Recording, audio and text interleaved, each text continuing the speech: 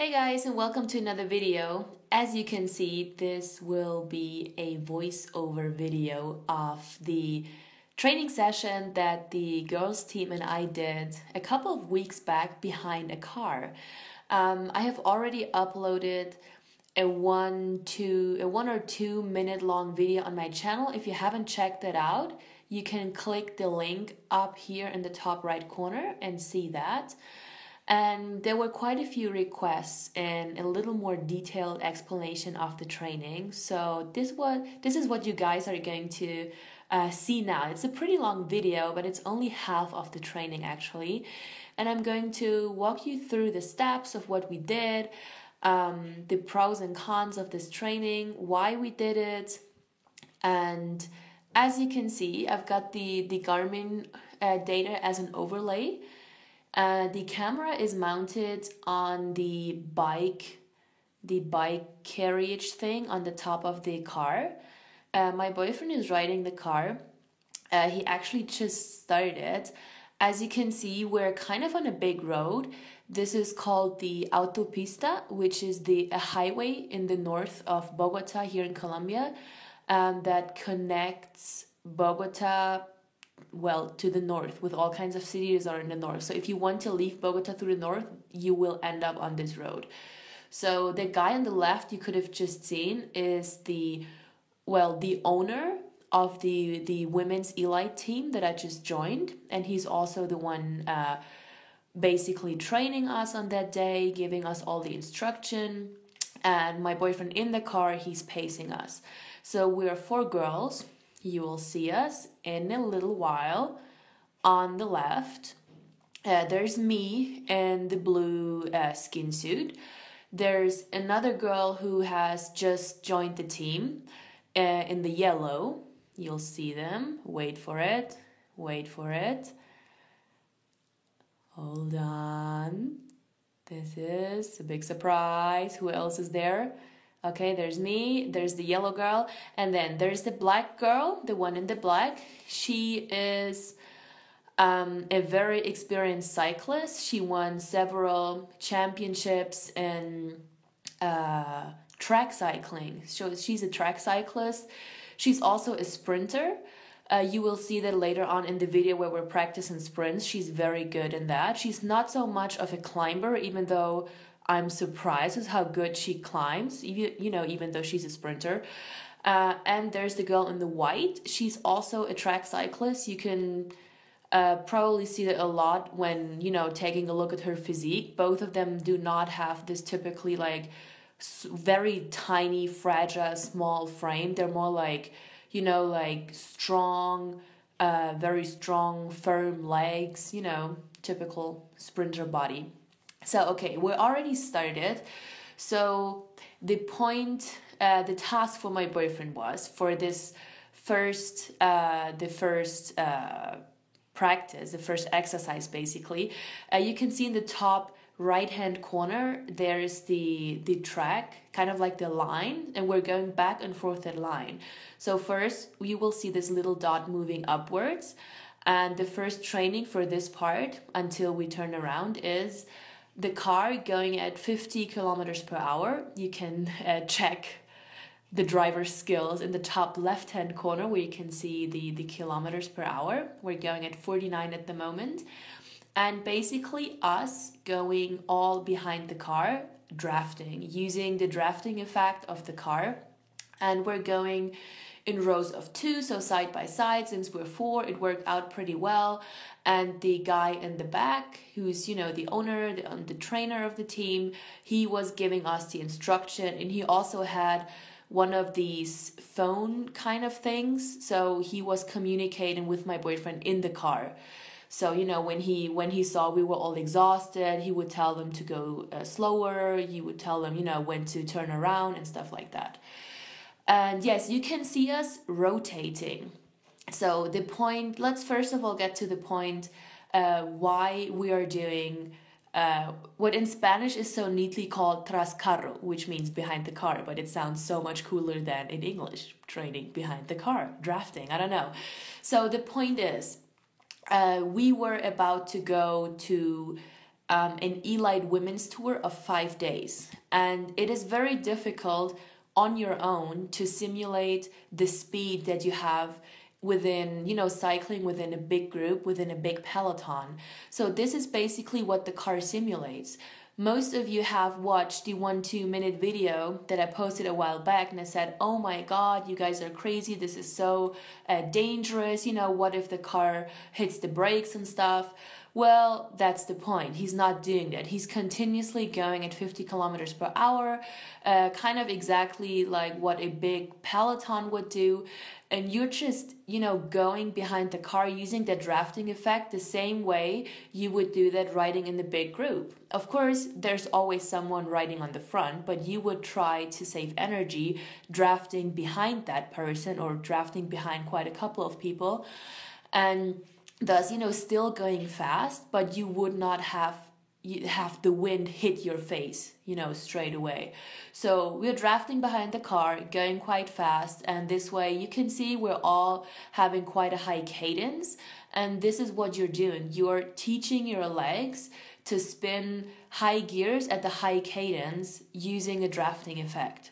So as you can see, you're basically practicing quite a few different skills. First of all, you're practicing drafting, which is very difficult. As you can see here, the two pro girls basically are on the front. They're doing it very good, having maybe 1 or 2 centimeters of space between their front wheel and the car. And for the girl in the yellow, I think for her, I don't know if you've remembered, the first time she got directly behind the car, it took her a bit, to get the confidence to go too close. I've practiced this a lot already with my boyfriend. I'm fine with drafting. I actually like it a lot. And I can move my front wheel so close to someone else's back wheel, especially if it's my boyfriend, because then I tell him, we're drafting right now, please don't hit the brakes, and then it's fine. So, of course, you're practicing this. Here she's on the front again. You can see her. She's not getting too close. But, it was practice, so no offense here. We were all practicing. And the two in the front were practicing to get as close as possible to the car, and there you're saving so much energy. They say drafting you can save about 30% of your energy, but since this is a car and there's like a lot bigger drafting effect because it takes up so much of the wind, you'll probably save maybe 40% of your energy. And I can tell you right now, I still remember that in this position that I'm in right now, like in the top right corner, there the wind was the most horrible. Like the wind was beating so hard. You can see here it just pushed me because it was so hard, literally. Then where the girl in the yellow is, there the wind is still hard because it was coming from the right side or from the cyclist's left side. But since she's behind the car, it gets a bit easier. And where the black girl is and where the yellow one is moving towards to now, there is the easiest part. And since I'm moving up from the hardest spot towards the car, this was always the hardest thing to do because you had to bring up like a double or triple the effort just to move up some of the space to get closer to the car, and you're coming out of the position that was already the most exhausting. So I hated that part. I loved the part where I'm now and then moving over to where the yellow girl is. That was the easiest, and where she is, that's the easiest. You can sometimes see it that some people will stop pedaling and others won't. Or some people pedal lighter, like a little easier, and others, still have to like spin and pedal. So there you can kind of guess or imagine like where the wind is. So this is one thing you're practicing. You're practicing going straight behind the car. Another thing the people in the second row are practicing is going behind the first row of cycles, which is more difficult because there the drafting effect is not as big because the car really took up so much wind. And yeah, so there you would kind of have to be even more careful, because sometimes, the people in the first row weren't really able to keep their wheels stable. They're moving from left to right, they're moving back and forth. So you would have to have a lot more focus in the second row, and it was even harder in the second row. So that was another thing you're practicing, being even more concentrated and focusing really on what is the person doing in front of you. That's one thing. Then you have maybe wondered why we are rotating. So we were rotating, first of all, on our trainer's signal. So he would always shout, I don't know, I think he said now or something like that in Spanish, and then we would rotate towards the right. So first of all, the person on the left side of the car, so the blue person, which is me, would have to move out, and then slowly, but really just very slowly, drop back, whereas the white person moves over and the black one moves up and the yellow moves over. So the blue person, me, as you can see here, starts the motion. And then everyone moves. I have a free spot now in the back of the white person. I'll just move over. But you have to be careful. If you let yourself drop too far behind, you have to bring up so much of an effort again to move forward again. So yeah. Now the question, why are we rotating? I've just explained the situation with the wind. So since the wind is coming from one direction and each position has a different amount of wind, hitting the cyclist, it is just fair that everyone basically experiences each position on a regular basis, because otherwise the person who would have to fight the most wind would get tired the easiest, or the person who's directly behind the car doesn't practice to be in the second row, and vice versa. So that's why we're rotating. But also there's another aspect that comes in when racing. So imagine that you're racing, most of all, that's most important for when you have a flatter stage. So you have a flat stage and there's wind coming from one side. Then you always have the peloton aligning in a very specific way. Here we kind of messed it up. Yeah, we're going downhill. That's why the car is also faster. So yeah, some hit the brakes, some still paddling. You see everyone is always kind of doing a little different thing. Just one side note, the data on top, that's of course my Garmin data. So that's my speed, that's the temperature, that's my cadence, that's the inclination of the road, and that's the distance we've done so far. And the duration is not exactly the duration of the training, because I think it took me 45 minutes to just get to the meeting point, leaving from my house towards the north of Bogota. But anyway, that's my data. I think that's clear. And now in the peloton, you're on a flat stage, you have wind coming from one side. The peloton aligns in a line, basically. And everyone, I don't know how to explain it. You've probably seen it when you have watched the Tour or the Giro or the Vuelta or any of the, the big pro tours. But say one or two people are in the front, and depending on what side the wind is coming from, people will align behind them towards the left or towards the right. So you would have like a diagonal line moving forward along the road. And then, since the person who's on front of that line is fighting through the most, or the most wind, the wind is hitting that person the hardest, it is very, mean if that person would have to be in that position the whole time. So that's why you're rotating. So the same, we're not a diagonal line, we're going straight forward, but it's the same principle. The diagonal line has people rotating the whole time, just in a different shape.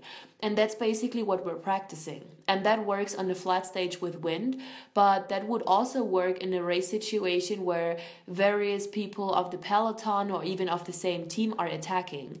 And say you have this sprinter girl in the group, and let's say there's a group of 5 people attacking, and 4 people are like working themselves, beating themselves through the wind, and she's the one who's relaxing the most. And then when you get close to the finish line, she's the one who has saved up the most energy and then sprinting hard towards the finish line. That is basically the point of having this rotation. So the capos, like the really important people of the team, the ones who are, are probably going to beat a stage, to win a stage, to win some points or stuff like that. These are the ones you want to help out to save energy. And the other people are there to, that's what a team is.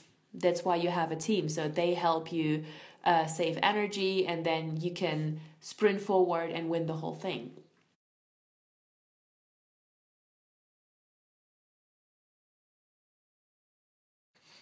All right, so that is basically the explanation of going at a steady pace, drafting at a steady pace behind a car in a group, rotating a little bit. Here we're seeing another rotation. Girl in the yellow is moving up, girl in the white is looking backwards, whether her spot is already free. And the thing continues. You can see girl in the black is not pedaling at all. She's using the drafting effect. I'm pedaling hard. Girl in the yellow, drafting. Yeah, everyone in the back has to pedal hard. The road looks so beautiful at this moment. As you can see, there were quite a couple of cyclists. This road is very, very popular among cyclists, especially people who are training for triathlons, since it is one of the very long flat stages as you can find around Bogota, because usually everything else is pure and hard climbing. So this is very good, for practicing time trials, practicing for a triathlon, just practicing something like this behind a car. There was another rotation.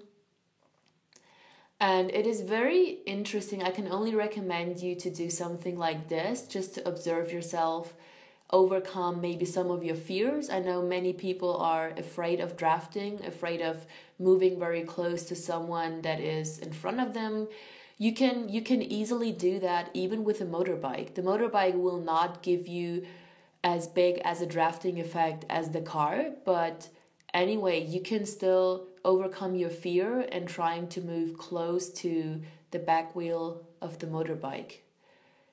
It is very important as a cyclist to become a better cyclist, to work on various different skills, whether it's drafting something like this, whether it is these rotations, whether it's riding free-handed, whether it's riding in, I don't know, big gears, small gears, big cadence, low cadence, riding on the hooks, riding on the drops, riding on different positions of the handlebar.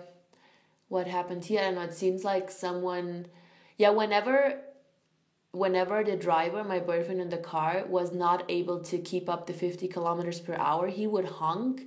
And anyway, doing that, you would always have an eye on the back of the car or on the back of the cyclist who's in front of you, and the other eye trying to peek what's over the car, to see if there's something coming up. We all know that this road is actually in a very good condition, so you should not be afraid of any potholes. But of course, there's always that stupid bus driver that is cutting in front of you. So you have to be very, very focused. But yeah, it was also good. The trainer, I don't know if you've seen that, but at one point he asked me why I'm not riding on the drops to get, in a bit more aerodynamic position. And then I just told him I like the position on the hooks. I always ride on the hooks whenever I'm climbing, even on flat stages. I don't know, I just enjoy it a lot. But here I'm more on the hooks. As you can see, I'm the tallest, so I'm I'm the least aerodynamic of all of them, because I don't know, I look like I have spaghetti arms and a huge body in this skin suit. But yeah, and also you can see there's another car behind us. That's actually the dad from the girl in the white. So we kind of had protection from the front and from the back. And as you can see, many people were telling us that this is a very dangerous thing, that cars are passing very close, but I don't think it was, but okay. Anyway, seems like we're turning around, and then, yeah, if you can see the top right corner, the graph, we're on our turning point, we're turning around, and you can also see who's cutting the curve pretty good. There's something I need to learn. Cutting curves, popping out that knee to cut the curve really good and come up closer to the car in a quicker way. But yeah, this time on the way back, we were doing a different training type, a different exercise, which in Spanish we call picos, which is basically like sprints on like 100% like full, as much as you can give. So the point was, the person on the right on the car, which is the girl in the black here, she would sprint and pass the car on that side where she is, pass the car, with a good and safe distance, then drop herself to the other side, and then let herself drop again behind the car. So basically do one circle towards the front around the car. And the car would go at 45 kilometers per hour, because, it is, even for us, I mean, yeah, it's kind of difficult to do the sprints if the car is already going at 50 kilometers per hour and then do a sprint even faster than 50 kilometers per hour. So no, we didn't do that.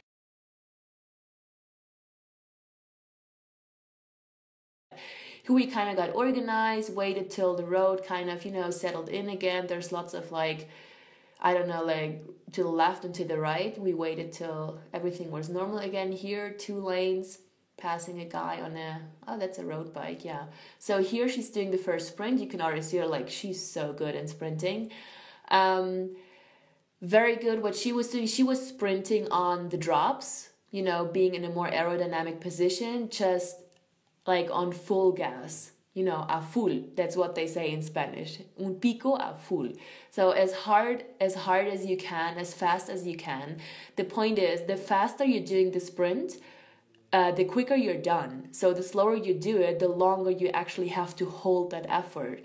So you really have to do it a full and not just, at 80% and then go for way longer. So yeah, first of all, honestly, I've never done sprints. I wasn't really sure how to do it, whether I'm getting out of the saddle, because I felt kind of insecure still getting out of the saddle at this speed. I wasn't sure what to hold the handlebar, whether to go, with a big cadence, a low cadence. I really had no idea. So it's just basically trying out a variety of things. If you can see here, I'm not even getting out of the saddle. First, I wanted to do it once, to kind of get a feeling for it. Here, the black girl is coming back already. And whenever there's the third one coming back, he would send the next one. And sometimes like this, he did it too early, I guess because it was the first round. But usually he would do it like that. So as long as there's 2 people behind the car, that's fine, like now. But in the moment the third person is coming, he would yell at us again, like now, and then you would have to shoot. Here he's saying something to the driver, like being a bit slow. I don't know what's going on. But yeah, the yellow is back. I'm back already. You see, I'm letting myself drop towards too much behind. So you really have to estimate the speed of the car, and then he had to push me forward. Okay, black girl just sprinted again. I think the white girl is going in a bit right now. Very good. Then it's my turn. I was so excited. And then here, way too high cadence. I should have put in some higher gears. That was not good at all. You can see that is not a sprint. That is like, I don't know, something Nadia style, but that was not a good sprint.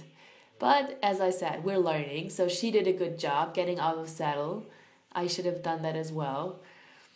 Now there's the white coming back before, black is coming back. So depending on how fast you're going, oh God, he had to push me again. depending on how fast you were going, you know, you would shoot in front of the person who was in front of you. But sometimes the person in front of you would sprint a lot further than you would, and then you would come back first, and then it kind of got messed up. So now all of a sudden there's 4 of us again. Someone needs to sprint. We did the second time we've done this, so we've done the regular speed at 50 kilometers per hour again, you know, going towards the north, and then coming back, we did the sprinting session again, and then the sprints were a lot quicker, like bam, bam, bam, bam.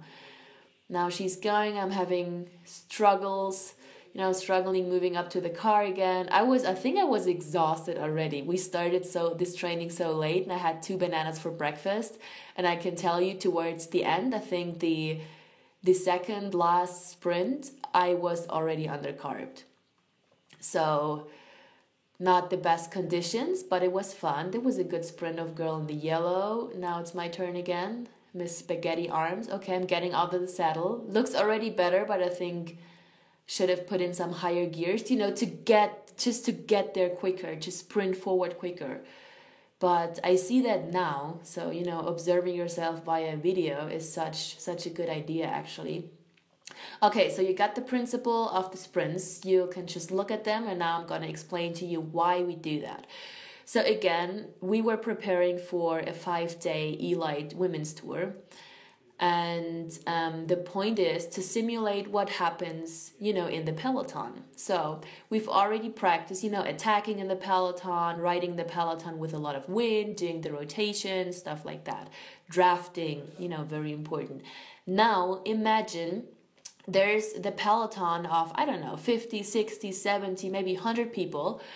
Men's races, of course, there's a lot more, but women's races in Colombia, say, you know, up to 80, 90, 100 people. Okay, then I think there was a better sprint of mine, just watching. You can also check my speed, and you can check my cadence. It's kind of weird right now because it just dropped to 0. Maybe the data didn't sync well, but it is very, very difficult to sync the Garmin data from a video that is over an hour long. It is really, it's driving me nuts, but I hope you're still enjoying it. Yes, so imagine you're riding in a peloton. The first car that comes behind the peloton is in Spanish called the comisario, which is the commissar guy, I don't know, like someone from the race organization. And then behind that, there's a team car from each team, or maybe even 2. And they're aligned with a certain, well, they have a certain order. So say the best in the general classification is this person. Then the team car from this person is also directly behind the organizer's car. If I am the last person, or if my team is the worst in the general classification, our team car will be the last one. It's kind of more or less organized this way. So say within a peloton, there are loads of things that can happen to you. I just went up to 90 kilometers per hour. I really doubt that. That is kind of weird right now. Garmin did not like these sprints. Anyway. Imagine in a peloton, you are running out of hydration. You need water. You went over some speed bumps, you know, you lost your water bottles. You are about to be undercarb, you've brought too little food, you need food. You have a flat tire. You have a technical problem. I don't know, your chain just came off. I don't know, you just need something out of the team car, or you even need something out of the car from the ambulance. There's also an ambulance directly behind the peloton.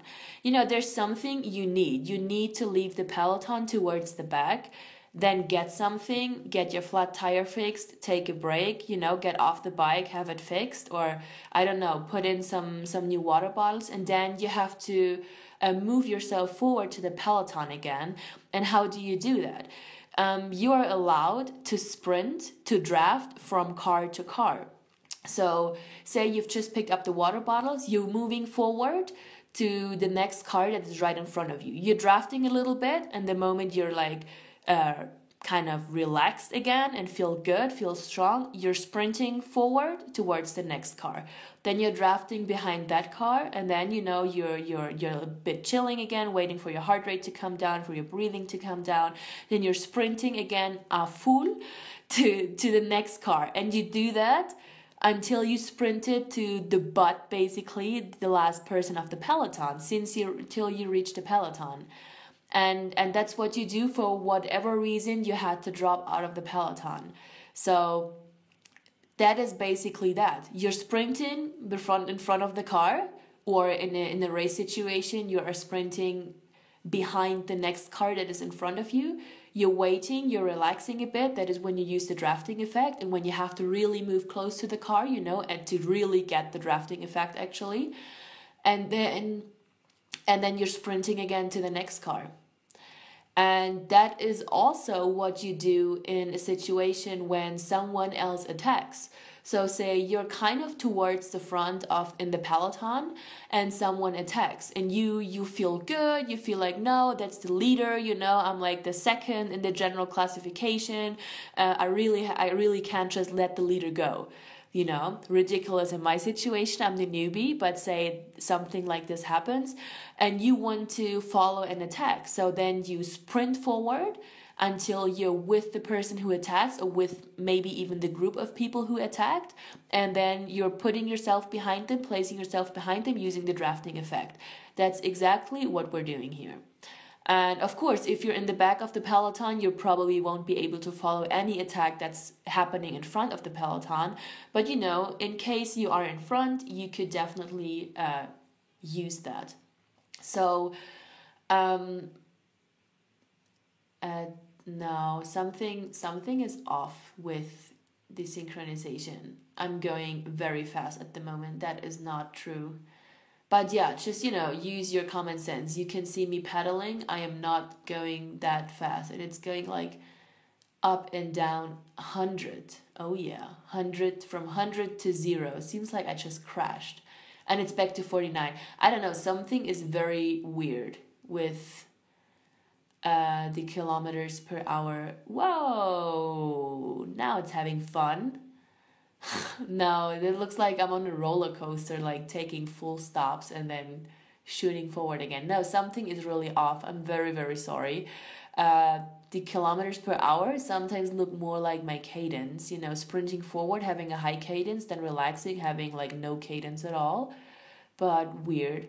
Anyway, I can recommend this training session to anyone who has a race coming up, who wants to prepare for a race and for race specific types of situations. I enjoyed this a lot. I have learned a lot. It was my first time drafting behind. I've drafted a lot behind, pelotons, behind my boyfriend with the time trial bike and stuff like that. But I've never done these two specific types of exercises. They helped me a lot and improve and being able, to hold that speed for quite a long distance. As I told you, we've done this twice. We're still not on the turning point for this one. So we're doing sprints, and I can tell you guys, they killed me. I was so done afterwards. That's why I'm showing you the first round. If I would have showed you the second round, oh my God, that would have been disastrous. No, these sprints, they were still good, but not as good as the first one. So I wanted to show you these to, give you a good impression. You can see me suck in other videos, but yeah, it's always a cool idea to try out new things, ride with the group. It was so much fun to be able to cycle with the Elite girls from the team.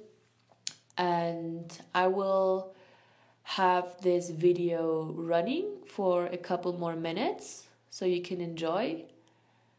And yeah, that was it from me. Give this video a thumbs up if you liked it. If you want to see more training specific videos, please let me know and I'll definitely post them here on my channel. Also post if you have any idea. Oh my God, that was a good sprint. Yeah, let me know if you have any ideas, any video ideas, anything you want to see from me here in Colombia, me training with the girls, and I'll try to fulfill all your wishes. So yeah, give this a thumbs up, share it with your friends if you found it helpful, and I see you next time. Bye bye.